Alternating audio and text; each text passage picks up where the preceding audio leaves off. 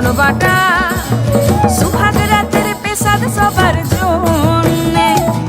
ইনি বিনি টাকা টিনি